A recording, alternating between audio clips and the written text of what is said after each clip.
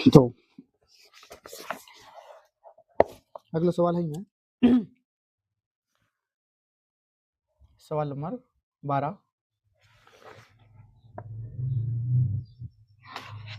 दिखाइए कि किसी प्राकृतिक संख्या n के लिए 12 की घात n का मान 0 या 5 पर समाप्त नहीं हो सकता। ठीक है, तो बेजा कह रहे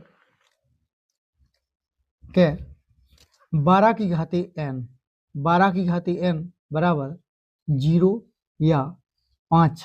ठीक है, 0 या 5 पे का नहीं हो पे समाप्त नहीं हो जाए, समाप्त नहीं हो पे कह रही हमें दिखा दो। ठीक है, तो इसे हमने पहले सवाल करे, जो हमने सवाल करे तो क्या वो सवाल 9वां सवाल, कौन सो 9वां सवाल करे अपन ऐसा ही, बिल्कुल ऐसा ही हुआ है। देखो, और n की जगह पे का रखने, वही रखने या का प्राकृतिक संख्या, मतलब n का है, n है अपना का प्राकृतिक संख्या। ठीक है, का है संख्या, तो वही करें अपन 12 की घाते 1, n को मान वही लें अपन 1 2 3 4 ऐसे ही कन तक अनंत। ठीक है, प्राकृतिक संख्या में तो 12 की घात 1 बराबर क्या है 12, 12 की घात 2 बराबर क्या है 144, 12 की घाते 3 को मान के देखा है 12 को घन कि देखो 17 28, तो 17 28 मतलब ऐसे अपन करें 12 की घाते 4, ऐसा ही 12 की घाते 5, तो मतलब जो नहीं हो पे। ठीक है, काय पे 0 या 5 पर नहीं हुई समाप्त, तो अतः 12 की घाते n बराबर 0 या 5 पर कभी भी समाप्त नहीं होगा। ठीक है, जो कर दे। इसके बाद अगला सवाल, सवाल नंबर 13। सवाल नंबर 13, निम्नतम भाज्य संख्या तथा निम्नतम अभाज्य संख्या का मासा ज्ञात कीजिए। ठीक है, सवाल में कह रहे कि निम्नतम माने छोटी से छोटी का चाहना है भाज्य और छोटी से छोटी अभाज्य, उनको क्या चाहना है मासा ज्ञात करना है, क्या करना है मासा। ठीक है, तो चलो लिखें जरा सवाल तो लिखें, तो देखो फिर टाइम ज्यादा लग जाते हैं, समझ लो। निम्नतम माने छोटी का चाहना है, भाज्य चाहना है और छोटी यही अभाज्य चाहना है, तो सबसे छोटी भाज्य और सबसे छोटी अभाज्य, और वो का निकाल दो मासा, तो फिर का जाए तो निम्नतम भाज्य संख्या बताओ, सबसे छोटी भाज्य संख्या का हुज्जे 4, का हुज्जे 4 हुज्जे, क्या हुज्जे 4, और निम्नतम अभाज्य संख्या भूल गए का, निम्नतम अभाज्य संख्या एक नहीं होती। ठीक है, का नहीं होत, एक नहीं होत, का होत देखो, एक ना तो भाज्य होत ना अभाज्य होत, 2 तो प्रथम अभाज्य या निम्नतम अभाज्य का होत 2, क्या होत 2, तो 2 आ जाए, और इनको का निकाल दो HCF, का निकाल दो HCF, तो 4 के फैक्टर कर लो 1 2 और 2। ठीक है, मतलब 2 और 2, 2 की कर लें कहा जाए अकेलो 2, या 2 के संग 1 लेना 1 ले लो, तो क्या निकाल लें मासा लिख दो, और चाहे HCF लिख दो, क्या आ जाए 2। ठीक है, तो निम्नतम माने सबसे छोटी अभाज्य और सबसे छोटी भाज्य संख्या को मासा के देखा 2 है।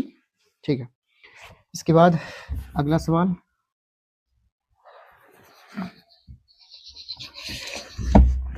सवाल नंबर 14। अंकगणित की आधारभूत प्रमेय का प्रयोग करके 120 और 144 का लासा और मासा ज्ञात कीजिए। ठीक है, कर पे आराम से कर लियो। ठीक है, और वे कह रहे हैं कि अंकगणित की आधारभूत प्रमेय। तो अंकगणित की आधारभूत प्रमेय को मतलब है कौन? अभाज्य गुणनखंड विधि। मतलब जब भी वे आधारभूत प्रमेय कह दें तो अपन क्या करें? अभाज्य गुणनखंड विधि बेज्जो को थमाई का अंकगणित की आधारभूत प्रमेय। ठीक है, बस उमें एक चीज रख, मतलब जैसे क्या कह रहे हैं तो 120 और 144 कर लो। 120 और 144 और मतलब उमें का हो जात, उमें जो हो जात के मतलब जैसे ई के गुणनखंड को कोई क्रम निश्चित नहीं रहता है। अभाज्य गुणनखंड चाहना विद्या का अंकगणित की आधारभूत प्रमेय और इको कर दियो है। का निकाल लें? दो निकाल लें। का लासा भी निकाल लें और मासा भी निकाल लें। निकाल लो। ठीक है, जो हो गया 120 और 144 को। इसके बाद 15वां सवाल है, यदि, ठीक है हम जो लिखे दे रहे,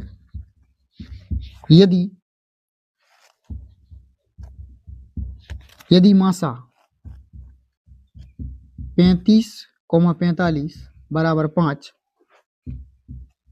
तथा लासा काय को 35 और 45 बराबर 63 गुणे ए हो तो ए का मान ज्ञात कीजिए। तो ए का मान ज्ञात कीजिए। ठीक है, कर लो। नहीं कर वही लगा पर सूत्र का, दो संख्याओं का गुणनफल बराबर लासा गुणे मासा। तो हम हल करें। ठीक है, तो लगा दें अपन का ई को मतलब काय का दे रहे, लासा दे रहे वो है कि देख 63 गुणे ए और का दे रहे मासा दे रहे कि देख 5 और दो संख्याएं दनी है देख 35 और 45 कर ले जाओ। आज सूत्र लगा दें हम, दो संख्याओं का गुणनफल बराबर लासा गुणे मासा। दो संख्या का है 35 45 बराबर लासा 63 गुणे ए मासा 5। एक हो मची दुकाय पे पनी जगह पे है और एक हो मची दुखे थे पनी जगह पे और 63 और 5 के दे आ जाए बटी में। तो ए बराबर 35 गुणे 45 बटी में 5 आ जाए और बटी में क्या आ जाए 63 आ जाए। तो ए बराबर, ठीक है कैसे कर दो, 5 से कर दें, 5 एकम 5 5 नम 45 5 एकम 5 5 नम 45। ठीक है, 9 9 एकम 9 9 7 63 7 बची 7 पन्ना 35। तो ई को मान क्या गो 5। ठीक है,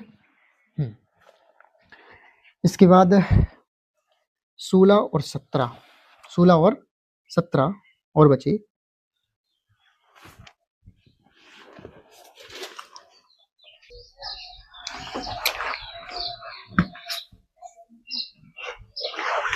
तो 15 के बाद सवाल नंबर 16।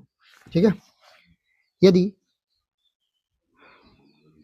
यदि संख्याओं ए और बी का मासा 12 और इन संख्याओं का गुणनफल 3600 है, तब इन संख्याओं का लासा क्या है? वही लगना का सूत्र। ठीक है, कह रहे ए और बी का मासा, ए और बी को मासा है मतलब दो संख्या हो गई। कह रहे ए और बी को जो मासा है वो कितनी है 12 है। ठीक है, तो ए कोमा बी का मासा 12, इन संख्याओं का गुणनफल माने ए गुणे बी कितने है 3600। किरण को लासा क्या है, लासा कर लो। लासा बराबर कुछ वही दो संख्याओं का गुणनफल, जो कह दो दो संख्याओं का गुणनफल है दो है, तो लग जाए दो संख्याओं का गुणनफल बराबर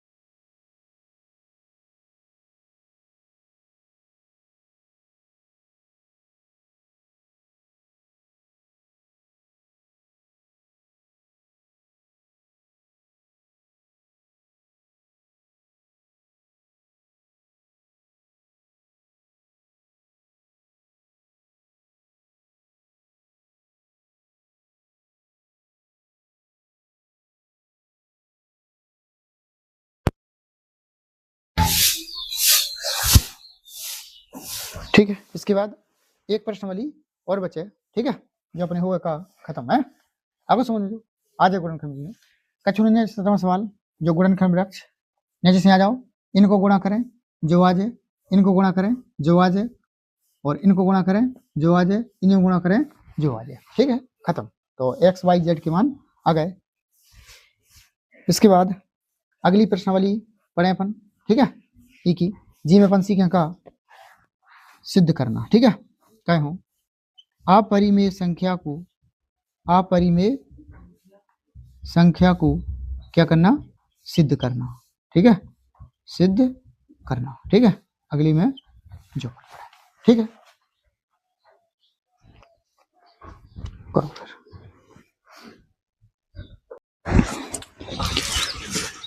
तो एक प्रश्नावली खत्म होने के बाद हम इसकी प्रश्नावली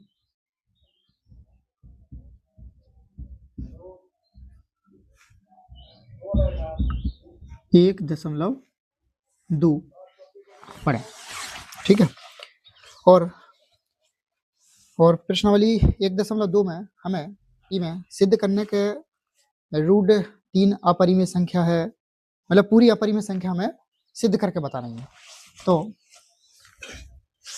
ई को सवाल पहले करने से पहले हम एक उदाहरण ले रहे।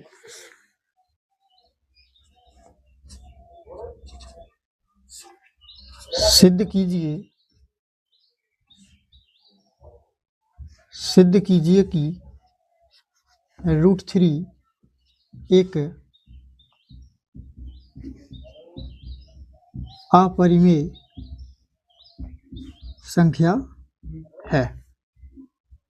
तो पहले हम ई को सिद्ध कर रहे हैं। ठीक है, की हो रूट 3 को, तो रूट 3 एक अपरिमेय संख्या है। तो हमें रूट 3 एक अपरिमेय संख्या सिद्ध करना है। तो माना रूट 3 एक परिमेय संख्या है। हमें सिद्ध करने का रूट 3 एक अपरिमेय संख्या है, और हम नहीं खो उल्टो मान लो कि रूट 3 का है एक परिमेय संख्या है। अगर हमने रूट 3 एक परिमेय संख्या मानी तो फिर हम ई को क्या में पी बटे क्यू के रूप में लिख सकत, क्या कि परिमेय संख्या होती ही है पी बटे क्यू, जहां पी और क्यू सह अभाज्य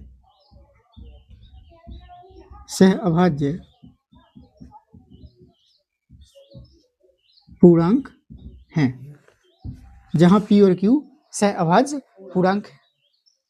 ठीक है, देखो सह अभाज्य पूर्णांक को मतलब का होत, सह अभाज्य पूर्णांक को मतलब होत कि एक तो वे होते किन्हीं भी दो संख्याओं को मासा के देकारो, अगर एक आरो तो भी क्या हो गई सह अभाज्य संख्या है। जैसे हमने 5 और 8 ले ली तो जो क्या हमारी सह अभाज्य संख्या है।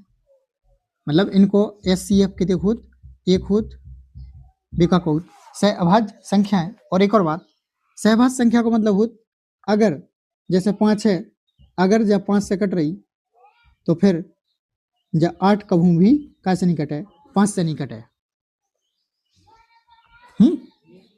अगर जैसे 8 में जैसे 4 को भाग जा रहा हो तो 4 को भाग 5 में कभी नहीं जे, जी खुद का सह अभाज्य संख्या है। और वह है जिनको मासा कि दिखावे एकावे बिकाहुत सह अभाज्य संख्या है।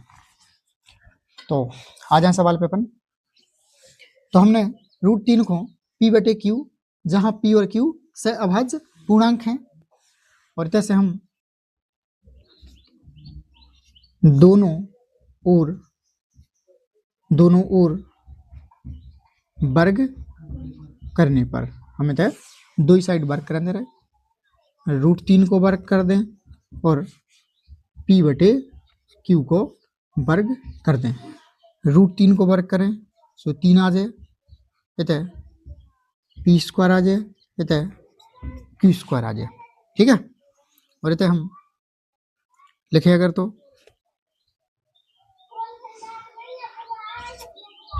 3q² बराबर p² आ जाए, 3q² बराबर p² आ जाए। और ई को हम क्या करें, समीकरण नंबर 1 मान लें। और जैसे q² बराबर p² बटे 3 कर दें, 3 तो बटे में आ जाए। ठीक है, तो अपन लिखें यदि p² 3 से विभाज्य है तो p भी 3 से विभाज्य होगा। ठीक है, हमने तो कछु नहीं करी। q² बराबर p² बटे 3, मतलब अगर p² में 3 को भाग जे तो फिर काय में p में भी 3 को भाग जे। ठीक है, जैसे हमारे पास 9² बटे 3 है, मतलब 9 को स्क्वायर करें कितने है 81, 81 बटे में 3, तो 3 को भाग ई के स्क्वायर में जे, मतलब 81 में जे, तो अगर हम स्क्वायर हटा लें तो 3 को भाग ई में भी जे, वही हमने तो लिख दो। ठीक है, और अब माना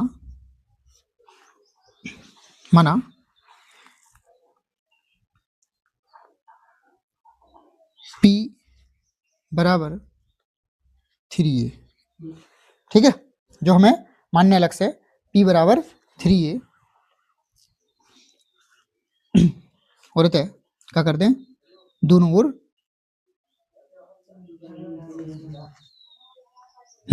ठीक है, तो p का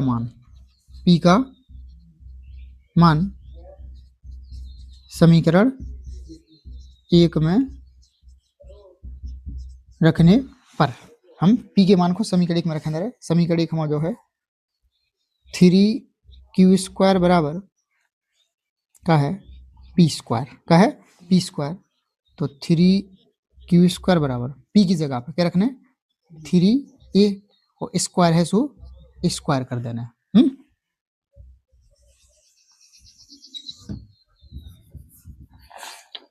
3q²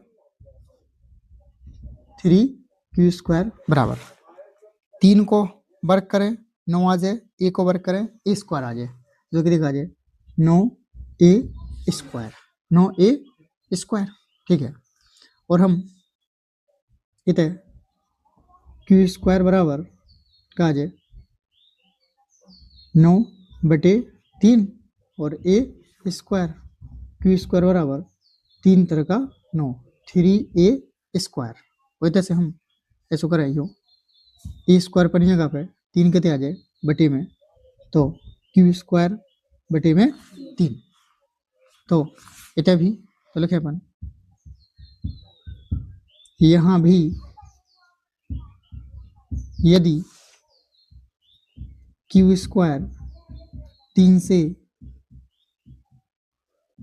विभाज्य है तो q भी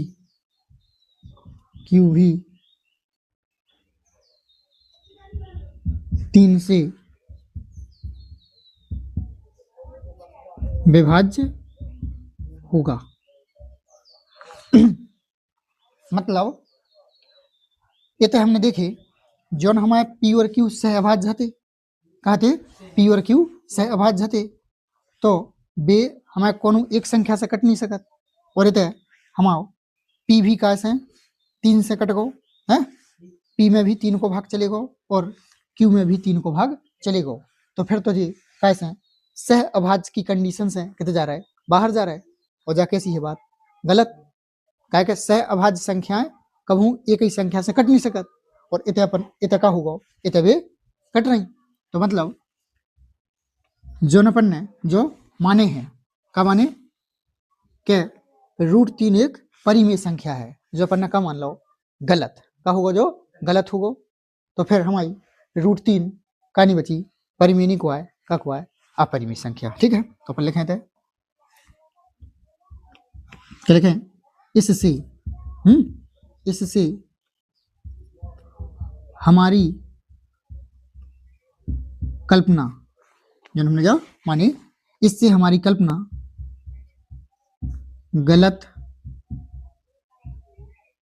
गलत साबित होती है, गलत साबित होती है कि √3 एक परिमेय संख्या है, अतः इससे सिद्ध होता है, अतः इससे सिद्ध होता है कि √3 एक का है अपरिमेय संख्या है, अपरिमेय संख्या है। तो ऐसा हमें क्या करना है, सिद्ध करना है। ठीक है, क्या करना है, सिद्ध करना है। और अगर बिल्कुल ऐसे ही करने अपन हो और हम एक या दो सवाल ऐसे ही लिखें, तो जो अपनो पहले होगा तो उदाहरण ऐसे ही, दूसरों तो दूसरों सिद्ध कीजिए कि √5 एक अपरिमेय संख्या है।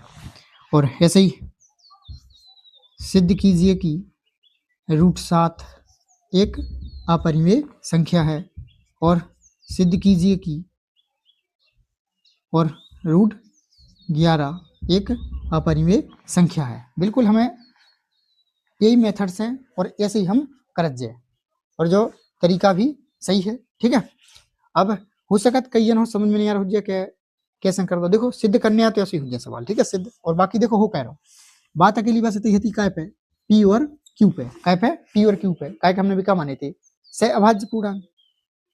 सह अभाज्य पूर्णांक को मतलब ही हो कि अगर कोनो एक संख्या से पी कट गो तो उसे क्यू नहीं कटे, और अगर क्यू कट जाए तो फिर भी सहभाज्य पूर्णांक नहीं को आए।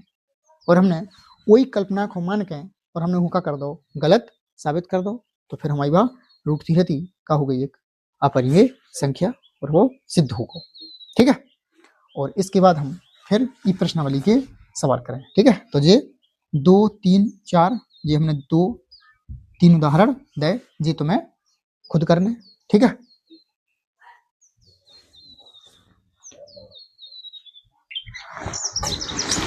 तो इसके बाद हम ई प्रश्नावली को पहला सवाल हम कर रहे हैं। ठीक है, तो पहला सवाल है, सिद्ध कीजिए कि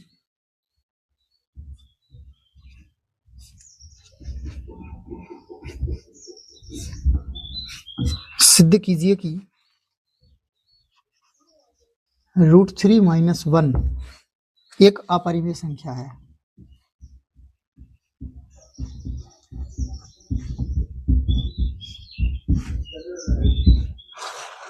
पूरी प्रश्नावली में ऐसे ऐसे सवाल हैं।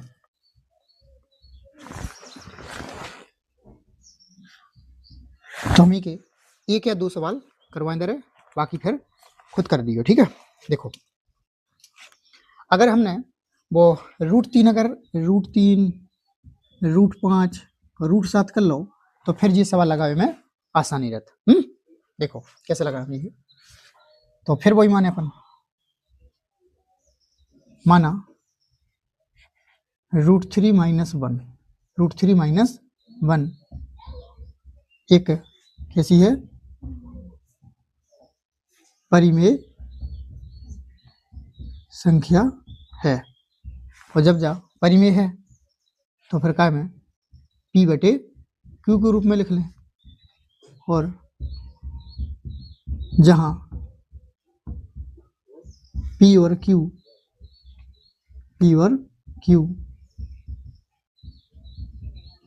सह अभाज्य पूर्णांक है। ठीक है, जैसे √3 - 1 p/q। ठीक है, हमें तो √3 बचे अंदर है और एक को हम पक्ष अंदर के अंदर है उस साइड, तो कहा जाए p/q और प्लस को 1। तो जैसे हम लिख सकत का हम जानते हैं कि √3 एक अपरिमेय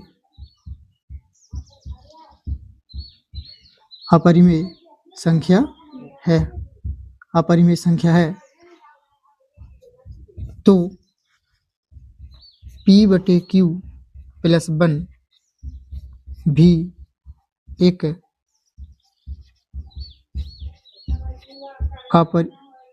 अपरिमेय संख्या होगी। ठीक है, क्या बराबर में है और हमने सिद्ध कर ही लो कि √3 का हो अपरिमेय। ठीक है, तो वही हमने लिख दो कि √3 एक अपरिमेय संख्या है, तो p/q + 1 भी का हो जाए अपरिमेय संख्या। क्या दो कैसे हैं जी बराबर में, तो लिखते हैं हम अतः इससे सिद्ध होता है, अतः इससे सिद्ध होता है कि √3 - 1 एक अपरिमेय संख्या है। और जो हो जाए अपनो प्रूफ। ठीक है, का हो जाए सिद्ध हो जाए। और हमें ये प्रश्नावली में 10 सवाल हैं। ठीक है, क्या सवाल हैं? 10 सवाल हैं और हमें पूरे सवाल ऐसे ही करना है। ठीक है, जैसे ही में एक दूसरा सवाल है वो है सिद्ध कीजिए कि √5 - √3 √3 एक अपरिमेय संख्या है। ठीक है, जो भी हमें कैसे करना है ऐसे ही करना है। और ये प्रश्नावली के पूरे सवाल हमें ऐसे ही करना है। ठीक है, 2 हो गए। तीसरा है सिद्ध कीजिए कि 2 + √3 एक अपरिमेय संख्या है। ऐसा ही चौथा सवाल है कि सिद्ध कीजिए कि 4 - 3√2 एक अपरिमेय संख्या है। ऐसा ही पांचवा में 3 सवाल हैं। एक हमें जो सिद्ध करना है 1/√2। और दूसरा सवाल है ही में 7√5 और तीसरा सवाल है 6 + √2। और ऐसे 6, 7, 8, 9 और 10। तो 6 में √2, 7 में 3√3, 8 में √5 और हमने वो एग्जाम्पल में बताई है। 9 में 3 + 2√5 और 10 में 3 + √2। जी हमें पूरी संख्याएं का करने सिद्ध करने।